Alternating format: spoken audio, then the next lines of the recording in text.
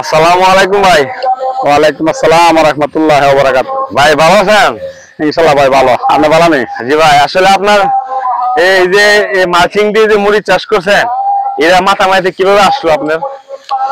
হ্যাঁ ভাই, দেশ তো এখন ডিজিটাল দেশ, উন্নত সিস্টেম, ক্ষেত নিরির টাকা দিয়ে কুলান জানা, ট্রাক্টরে ছোয়া, বন বেশি হয়, এই জন্য আমরা মালচিং দিয়ে করছি।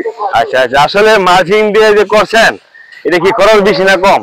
হ্যাঁ, খরচটা প্রথমত বেশি, তারপর দেখা গেছে যে আপনার ওই আপনার লেবার খরচটার থেকে ইনশাআল্লাহ আচ্ছা পরে বাঁচা যাবে আর কি। এখন যে এই যে গাছের মধ্যে যে এগুলি কি, এগুলি আপনি কি মানে কি দিতেছেন এগুলি?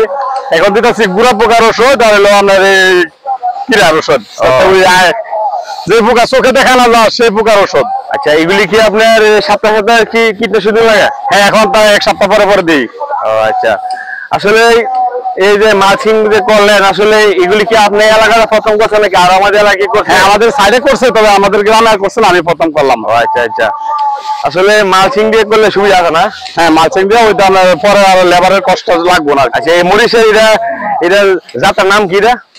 আমার হচ্ছে আপনার হীরা জাতের বীজ, হ্যাঁ, 1701।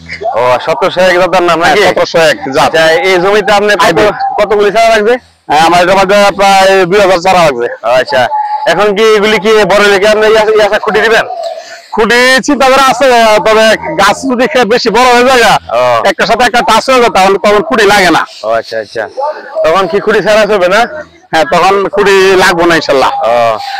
আসলে দর্শক, আমার ভাই আসলে উনি যে কোনো ফসল ফলায়, উনি ভালোভাবে ফসল ফলায় এবং জিনিসটা ভালো করে করছে। আমাদের এলাকাতে আসলে কি করছে না, উনি প্রথম উদ্যোগ নিচ্ছে যে মালচিং ফিল্ম দিয়ে আসলে চাষ করলে বিভিন্ন আগাছা থেকে মানে মুক্ত রাখা যায় এবং যে লাইটগুলি দিছে এই লাইটগুলি সবগুলি মানে গাছে খাইবো। হ্যাঁ, গাছে খাইবো, এই জন্য আমার ভাই আগাছা হইতে পারবো না। হ্যাঁ, আমি আপনাদেরকে প্রথম দেখাইছিলাম কিভাবে ব্যাট করছে, কিভাবে এগুলি মালচিং কাগজ দিয়ে ফিল্ম দিয়ে ঘুরছে, ব্যাটের মধ্যে লাগাইছে যাচ্ছে শ্রমিকেরা।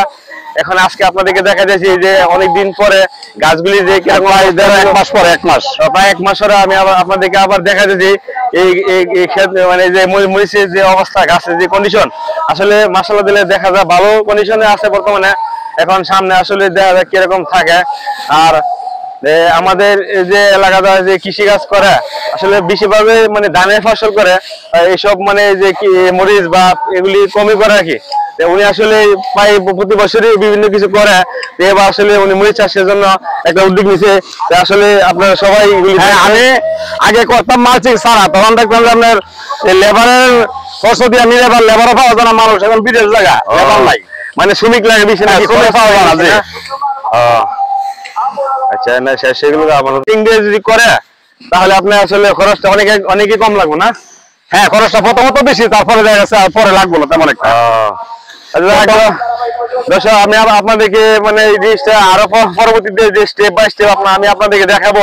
ফলন আসলে হবে, ধরুন কি অবস্থা, কন্ডিশন, গাছে কি কন্ডিশন, কোনো সমস্যা আছে কিনা, বা কি আমার বাইরে কি স্প্রে করতেছে গাছগুলি সঠিকভাবে মানে ভালো রাখার জন্য, এগুলি আপনাদেরকে আমি পর্যায়ক্রমে দেখাবো। ঠিক আছে? আর ভাই, আপনার কিছু বলা আছে এই বিষয়ে, ক্ষেতের সম্বন্ধে? ক্ষেত সম্বন্ধে ইনশাল্লাহ সামনে দেখা যাক, পরবর্তী বিরতি ইনশাল্লাহ বলবো না। আচ্ছা আচ্ছা, ফলন আসুক, এখন তো ফলন আসছে না। আচ্ছা, এখন আসলে ভাই বলতেছে সামনে পরবর্তীতে কোনো কিছু যখন গাছের অবস্থা, তখন আপনাদেরকে জানানো আবার কি যে গাছের যে দেন পরিবেশটা কত সুন্দর, মাশাআল্লাহ। গাছগুলি এক একটা মানে সুস্থ সবল আছে বর্তমানে, যে গাছের কন্ডিশন খুব ভালো আছে। এখন আপনাদেরকে পরবর্তীতে দেখানো হবে আর কি। এই যে এখন আমার বাইরে এখানে ধান লাগাইতেছে।